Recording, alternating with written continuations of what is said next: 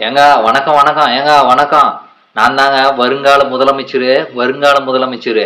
ஏங்க நான் உங்ககிட்ட ஒரு ரகசியத்தை சொல்ல போறேன். என்ன ரகசியம்னா உங்களை அடிச்சு கேட்பாங்க. அடிச்சு கேட்டா கூட யார் சொன்னாங்கன்னு சொல்லாதீங்க. அதாவது இங்க நடக்கக்கூடிய அத்தனை குற்றத்துக்கும் காரணம், அதாவது கொலை கொள்ளை கற்பழிப்பு, அந்த குற்றம் இந்த குற்றம் லொட்டு லுஸ்கு ஏற்றத்தாழ்வு வறுமை கொடுமை அத்தனைக்கும் காரணம் யார் தெரியுமாங்க? ஒன்று மாநிலத்தை ஆட்சி செய்யக்கூடிய முதலமைச்சர், இன்னொன்று நாட்டை ஆளக்கூடிய பிரதமர். இவங்க ரெண்டு பேர் தாங்க.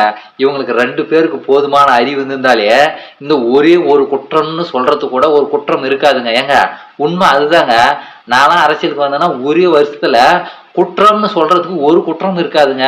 இவங்க ரெண்டு பேர் தான் காரணம். இப்ப நடக்கக்கூடிய அத்தனை பிரச்சனைக்கும் இவங்கள தாங்க தூக்கி ஜெயிலில் போட்டு இவங்களுக்கு தாங்க தண்டனை கொடுக்கணும். ஏன்னு கேளுங்க. மக்களை குறை சொல்ல முடியாது. ஏன்னா மக்களை ஒரு நல்ல ஒரு மக்களாக தெளிவார்ந்த அறிவார்ந்த மக்களாக ஒரு மக்கள் சமூகத்தை இன்னைக்கு கல்வி கற்றுக்கிட்டு வரக்கூடிய ஒரு பிள்ளைகளா இருக்கட்டும் மாணவர்களா இருக்கட்டும் அவங்களுக்கு நாளை எதிர்காலத்துல ஒரு அறிவார்ந்த ஒரு தன்மைக்கு மாற்றக்கூடிய அதிகாரத்தில் இருக்கிறது யாருங்க? இவங்க தாங்க. ஆனா அத்தகைய கல்வி கொடுக்கறது இல்லை, அத்தகைய மாற்றமும் நடக்கிறது கிடையாதுங்க. இந்த குற்றம் இப்படியே நடந்துகிட்டு தான் இருக்கும். இந்த குற்றம் எண்டு கிடையாதுங்க. இதுக்கு எண்டே கிடையாது. இது எண்டு தொடர்ச்சியே இல்லை. இது மேற்கு தொடர்ச்சி மலை கூட எண்டு உண்டு, கிழக்கு தொடர்ச்சி மலை கூட எண்டு உண்டு.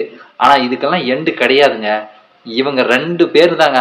இந்த ரெண்டு இடத்துல ஒரு நல்ல அறிவார்ந்த ஒருத்தன் அரசியலுக்கு வந்தா எல்லா பிரச்சனையும் ஒரே வருஷத்துல முடிச்சிருவோம். அது நான் வந்தேன்னு வச்சுக்க 6 மாசத்துல முடிச்சிருவாங்க. ஏங்க என்னங்க இந்த ரகசியத்தை யாருக்கும் சொல்லிடாதீங்க.